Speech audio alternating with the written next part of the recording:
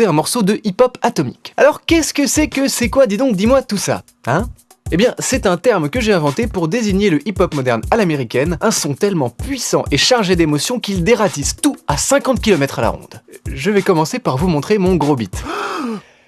Précision importante, beat est le terme anglais qui signifie battement et qui désigne par extension la rythmique du morceau. On va faire ça avec un gros son de batterie électro-rock et un tempo assez lent.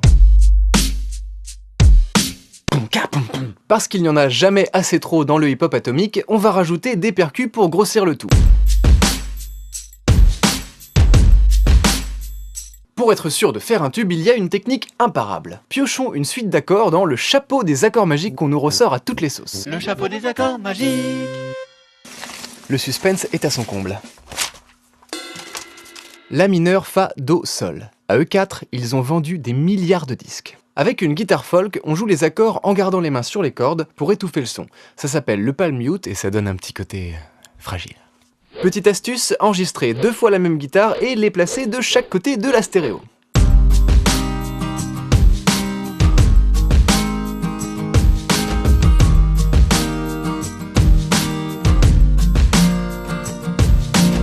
Le hip-hop est le style du mélange et du métissage. Alors si j'ai envie de mettre du cor anglais et de la trompette, eh ben j'ai le droit.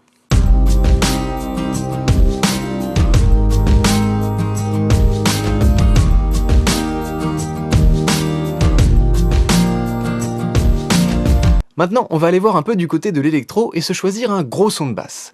Translation.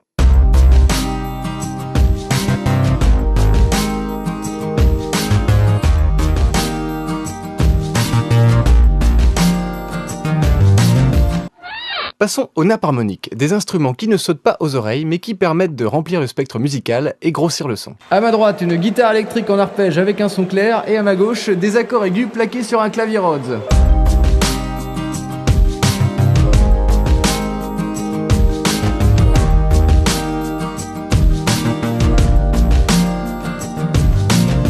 Pour donner à notre morceau un peu plus de patate, Little More Potatoes, il est de bon ton de faire un passage orchestral avec des tas d'instruments à cordes joués en piqué ou plutôt en staccato.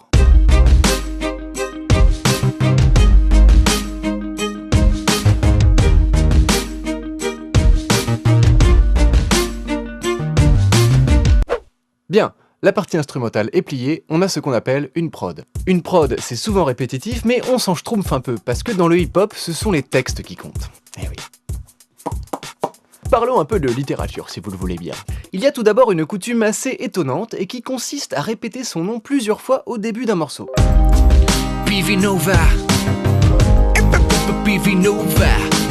Petite astuce, vous pouvez ponctuer ces présentations grâce au fameux triangle magique du hip-hop. Yeah, haha et wouh!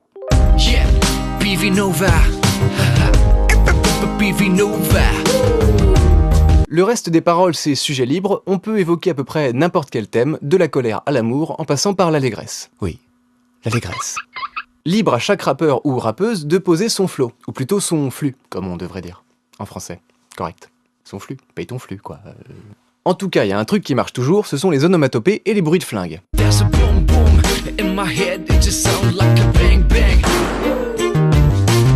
Valeur sûre. Allez, c'est pas tout, je vous laisse.